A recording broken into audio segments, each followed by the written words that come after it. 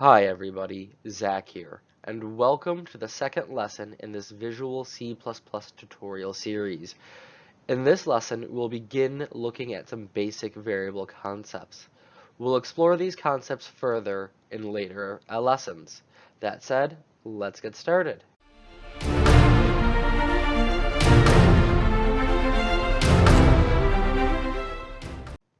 So, in this lesson, there are two things I would like to cover. First, I would like to cover our basic variable types. And next, I would like to cover declaring and initializing some of these variables. So first, let's consider variable types. There are a number of primitive variables. A primitive is a variable type that has been already built into the system for us. So think about a variable this way. A variable is just a way of saying, hey, we're going to store something here in memory. It's going to be doing X, Y, Z. That doing X, Y, Z is the type. So if we think about a true and false value, it's still stored as a number on our system, but we only store it as 1 byte where it's false or true, and 0 being false and anything not 0 being true. Then we have integers, which are just their simple whole numbers. And we have float and doubles, which are your decimal numbers. Now, the ranges here are a bit of a lie, as I've included the long versions of them and not the standard versions, which we'll go over the difference between modified variables in the next episode. And then we have character, which is simply a letter, and then void, which is an empty variable. So fire up your editor or your IDE, and let's take a look at how we can get these sizes. So once you've loaded up your IDE, you should be back in our hello world. The first thing I want you to do is I want you to select your solution, right-click it, and go to Add New Project. And this will be a Visual C++ Windows Console application. And I'm just going to name this, assuming it'll let me, Lesson 2 Variable Types. And I'm just going to hit OK, and it'll create that solution for me. And again, I'm just going to go in and I'm going to delete everything. And then the first thing I want to do in here, as usual, is declare what this file is for. So this is a tutorial file to show the multiple ways to declare and initialize variables, if I spell these things correctly. And the first thing I'm going to have are my headers. And I'm going to put in a different way to comment in. So we're going to have our headers in here. And we'll declare our libraries being used. And we'll declare a namespace to save on typing, despite all my comments actually eating up more space than anything else. And I'll go over in a later lesson what these really are. And the reason why I'll go over them later instead of now is some of the concepts we're covering now will be important to understand what these really are doing. So we're going to include our header, like before, or our pre-compiler header. And we're going to include IOStream.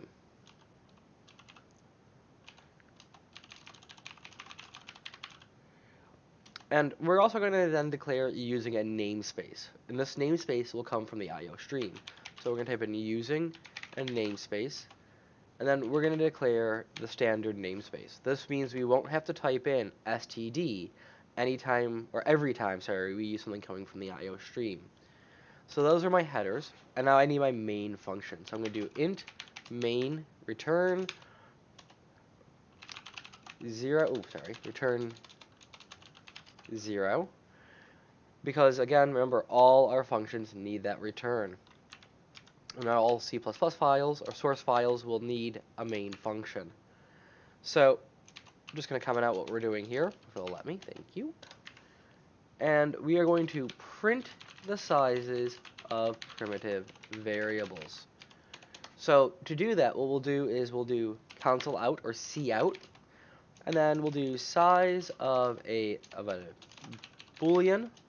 And notice the extra space I put after this colon before the other quote. And that is because we need to write in our spaces. I'll type in size of, which is a C++ command, and I'm going to tell it what I want the size of. Well, I want the size of a bool. And again, I'm going to end the line, and I'm going to do the same for other variable types. I'll do size of an integer. And this will again return our the number of bytes that these variables will take up. So after integer, I will have my float.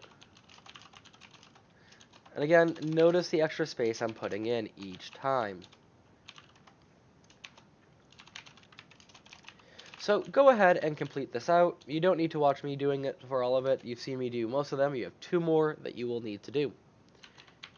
So once you're done with that, you should have something looking similar to this. And just to be consistent across the board, I'm just going to capitalize all the variable types in the text that will just be displayed.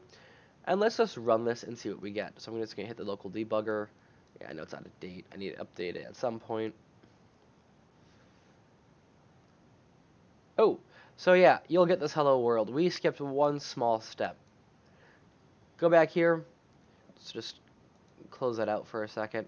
Right-click the lesson 2 or whatever you named the project, and go to set as startup project. You'll notice that the original project is no longer bolded, but the new one is.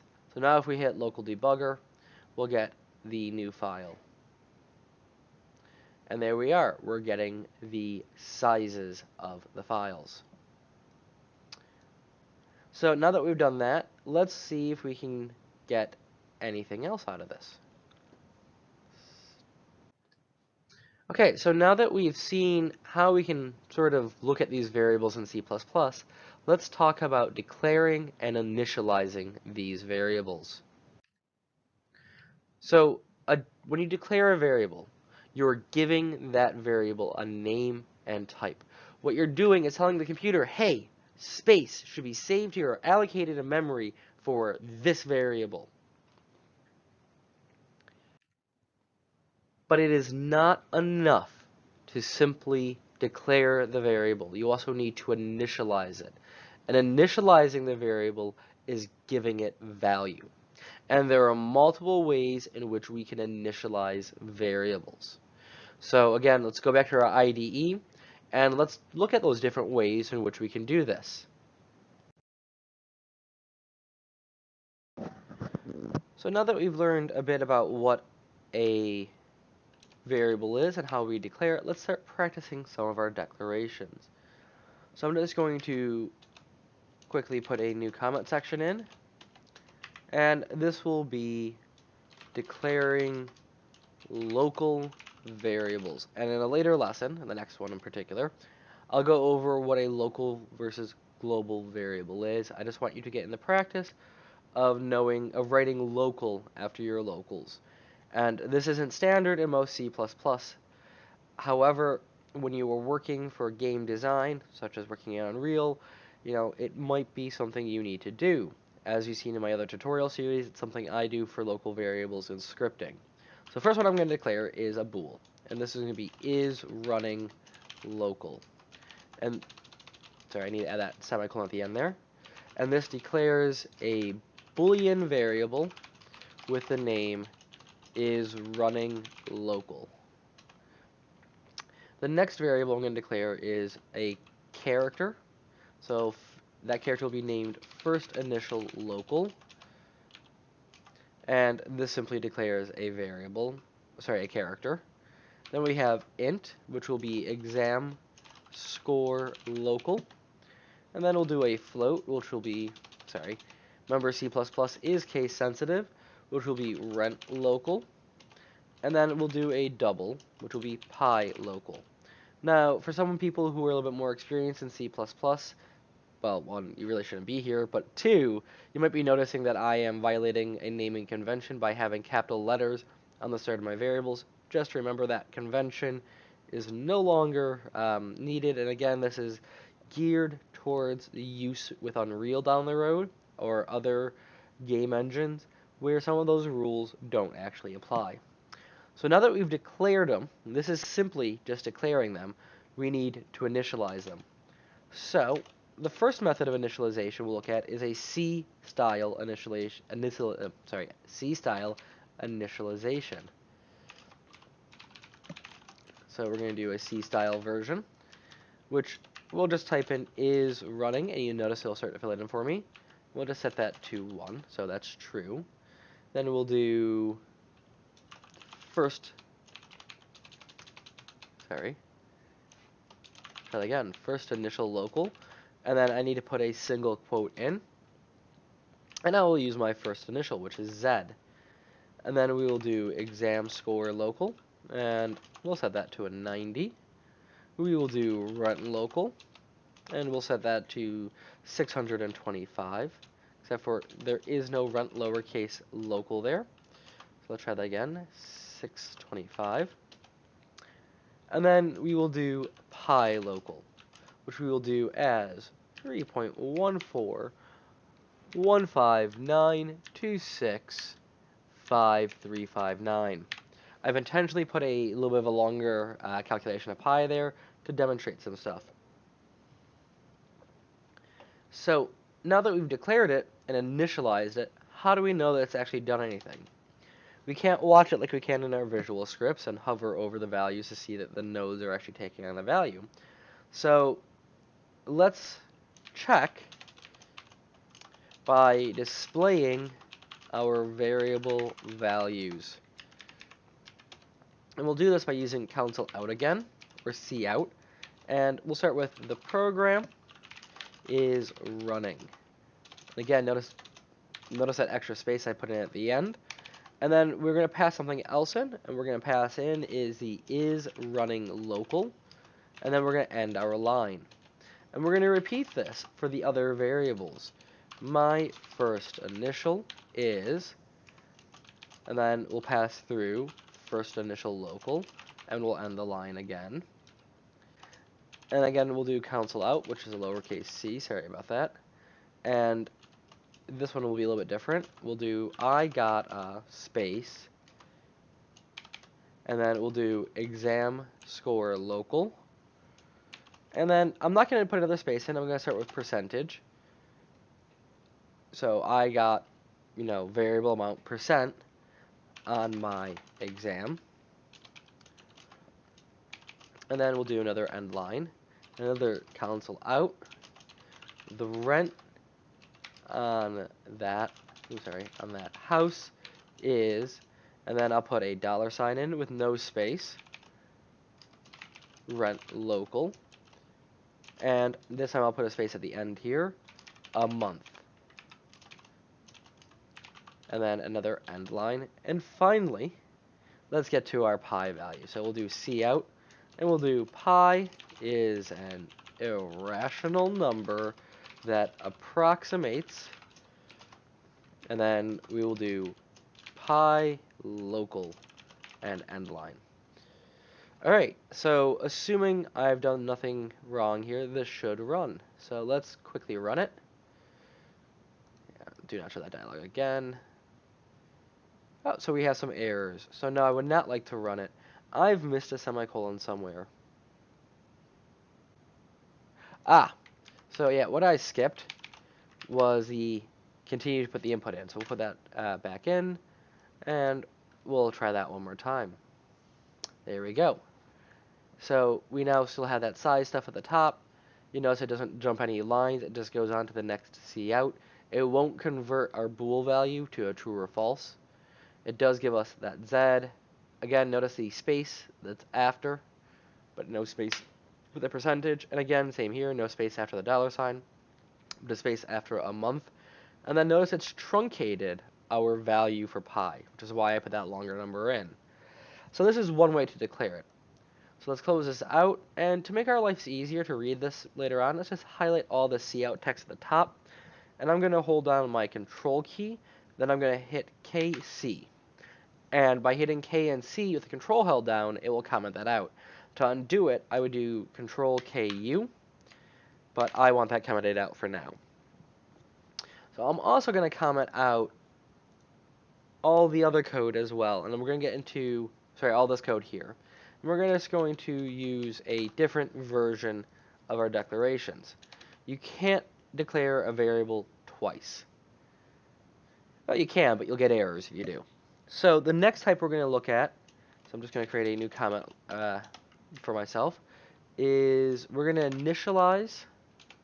Actually, we're going to declare and initialize variables using a C++ constructor style. And the way we'll do this is we will do bool is running local, so we're using the same variables as before, and I'm just going to use a smooth bracket or a parentheses and put the same semicolon at the end. And I'm going to repeat the same variable list I had above, but I'm going to use this style instead. So you'll notice that it initializes it, declares what it is and the name, and initializes it with that value right away. So my first character was first initial local, and again I need the smooth brackets there, the parentheses, single quote, and that letter. So go ahead and do the same for the other variables we put in earlier. So our exam score, our rent, and pi. So by the time you're done, you should have something that looks like this. Let's go ahead and run it, make sure it works. And there we go. You can see the code we've commented out, the length or size of doesn't show up anymore, and our values are still the same as they were before. We still get that truncated pi. Alright, so close that out. And we have one more method of declaration we need to look at that is one of the standard ones. Two more actually, but we have one that is similar to this and one that isn't. So let's just comment that out. And let's create a new section, or a new comment section at least. And this will be declare and initialize variables using a C++ modern or C++ 11 style constructor. And we're literally going to type in the same thing as we typed before. So it'll be bool is running local. The only difference now is we're going to use curly brackets. We'll still end with that semicolon. You'll notice that in some IDEs, if you're using Visual Studio, it will put this extra space in, and in some, it won't. So go ahead and just simply reinitialize and declare your variables. Oops, sorry, that's actually the wrong type. As you did before. And we'll come back and take a look at this again in a moment. So once you've used that new constructor style with the curly brackets, it should look something like this. Let's again just make sure it works. So run it. And again, you see everything remains the same. So there's just one more thing I want to show you, which is dynamically declaring a variable and initializing it as well. So we will do dynamic declarations and initialization.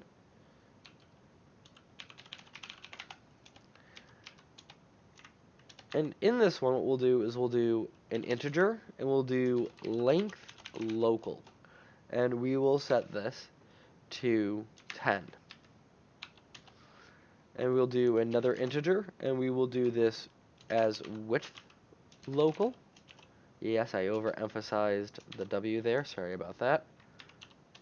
And finally, we'll do an int area local, which will be equal to the length local times the width local. And then we will do another cancel out. The area of the child's room is, and then note that space. Again, we're going to pass area local, and another space, square meters. And then finally, an end line. So let's compile and run it. And you notice that we get the correct value. 10 times 5 is definitely 50. Though probably shouldn't have that semicolon, that colon in there if I want to look grammatically right. So, that said, we have now covered everything we need to cover with regards to declaring and initializing our primitives. In this lesson, we'll go into further detail with regards to modifiers and local versus global variables in the next video. That said, likes are much appreciated. It lets me know that I'm bringing you content that you appreciate and value. In addition, please leave any comments about things you want to see in future episodes or in another series. And make sure to hit that subscribe and notify icon so you know when the next tutorial is out. And feel free to check out my Unreal RTS tutorial series. That said, I look forward to seeing you in the next lesson, and I hope that you have a wonderful day.